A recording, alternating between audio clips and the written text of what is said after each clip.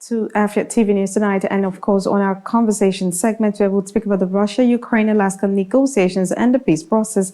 The United States President Donald Trump announced that he and the Russian President Vladimir Putin made some great progress after talks in Anchorage, Alaska, but no ceasefire in Ukraine had been reached. Putin, however, warned Ukraine and its European allies not to throw a wrench in the works and make provocations in the Trump-led peace talks. And the meeting with the two leaders' first face-to-face encounter since 2019 and their first standalone summit since a 2018 meeting in Helsinki. The meeting, which lasted less than 3 hours, fell short of Kremlin's estimates that the negotiations would stretch to 6 or 7 hours. Ukrainian President Volodymyr Zelensky was notably left out of the Alaska talks, but he has pushed for Russia to face new sanctions if the country does not agree to an immediate ceasefire. But to speak further on this peace process and negotiations is Alisa Kazelko. She's a political scientist and, of course, the CEO Latam Consulting Group. Good evening, Alisa, and welcome to Afia TV tonight. Yeah, good evening. Thank you so much for having me here. It's a real honor for me. It's a real pleasure. Good to have you. Yes. Let's find out what the impression of Russians, was after the summit at Alaska, and are we anywhere close to seeing the end of the special military operations in Ukraine? Yeah, thank you so much for the question. So basically, from a Russian perspective, the Alaska summit was a significant diplomatic achievement, signaling Russia's willingness to engage constructively on a global stage, despite immense and intense external pressures. The summit's atmosphere was a blend of strategic calm and, firm resolve, with President Putin demonstrating Russia's role as a global power, preferring political dialogue to conflict escalation, I guess. And substantively, the talks reaffirmed Russia's position from the ongoing military operation is vital to counter NATO's eastward expansion. Moscow, at the very same time, convened that the absence of an immediate ceasefire was deliberate, that peace cannot be rushed or superficial. It is really important to understand that peace cannot be superficial. It must be built on a foundation that acknowledges geopolitical realities of now. The summit marked a really important diplomatic victory, I guess, for both sides. Okay, so over and again, President Donald Trump of the U.S. have stated that it is not proper. And of course, Ukraine has to rule that out completely. There will be no negotiations about whether Ukraine is going to be joining NATO.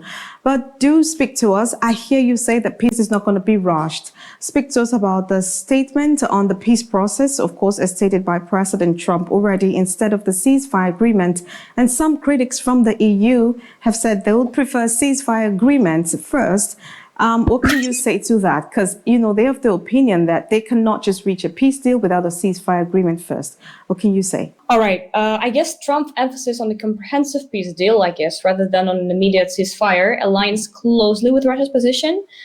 The conflict underlying security issues must be addressed through binding negotiations rather than temporary halts and fighting, as was first suggested by the Trump administration back then in the winter of 2021 or 25.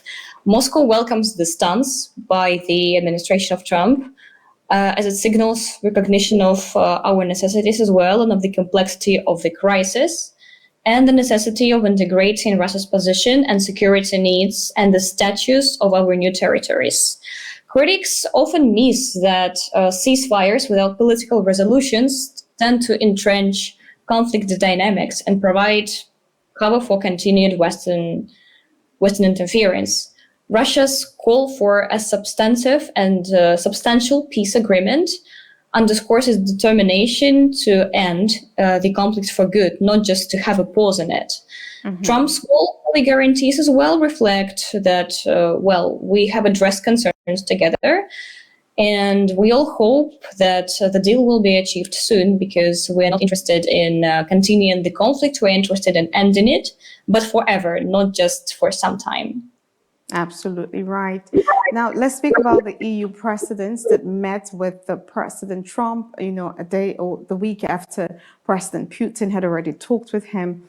And he had already announced a trilateral meeting with President Putin and, of course, President Zelensky. But he had earlier talked about Zelensky ceding some territories to Russia. Do tell us about that. Do you think that he would be willing to do that? Oh, this is quite an interesting question, I guess. So, to start my speech about the European countries, I guess the European countries' leaders' recent meeting with Trump demonstrates a growing Western recognition of the complexity of the conflict and the need for inclusive multilateral dialogue. The European countries finally start to understand that Russia has to be engaged, even if they don't want it sometimes. From the Russian standpoint, this offers an important diplomatic opening to recalibrate relations.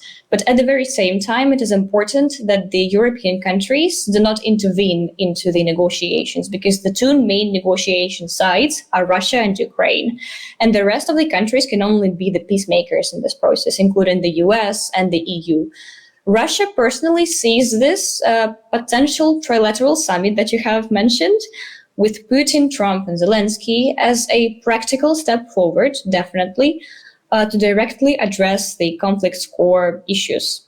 But I would say that there is a risk. There is the risk that the negotiations stop because of the Ukraine's position, I guess, to some extent. At least this is the Russian standpoint.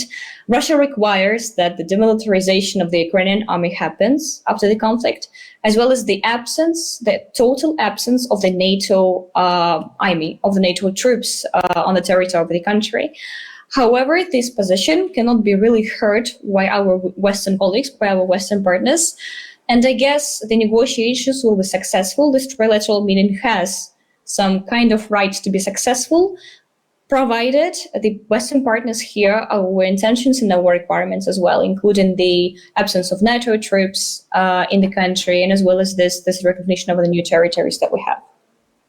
All right, we'll keep our eyes on that. And of course, we hope for a date to be fixed for that trilateral meeting between President Trump, President Putin, and of course, President Zelensky. And we hope, of course, for an end to the conflict. Thank you so much, Alisa, for joining in today, political scientist, and giving us a brief of, what Russia feels about all of this. Thank you so much. We do appreciate your time. Thank you. It's my honor. It's my pleasure. That's all we have for you tonight, right here on Afia TV News, streaming live from Enugu, Nigeria. Do follow us on all our social media platforms at Afia TV Official. On behalf of the entire production team, I am Amazing Grace Ajayi. Thank you so much for joining in tonight, and good night.